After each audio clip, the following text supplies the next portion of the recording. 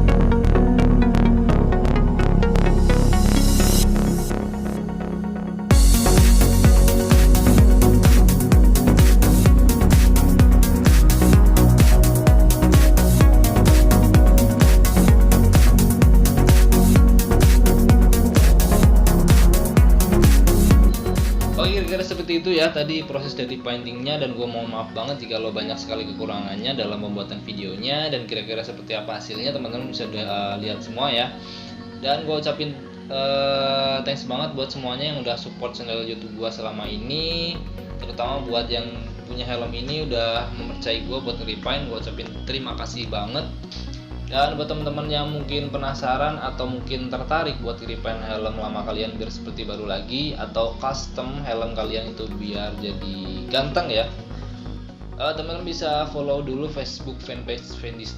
Di situ teman-teman bisa juga inbox secara pribadi, dan kalau perlu teman-teman bisa save kontak WhatsApp gua di situ, dan nanti kita bisa diskusikan kira-kira teman-teman bisa atau mau custom helm seperti apa.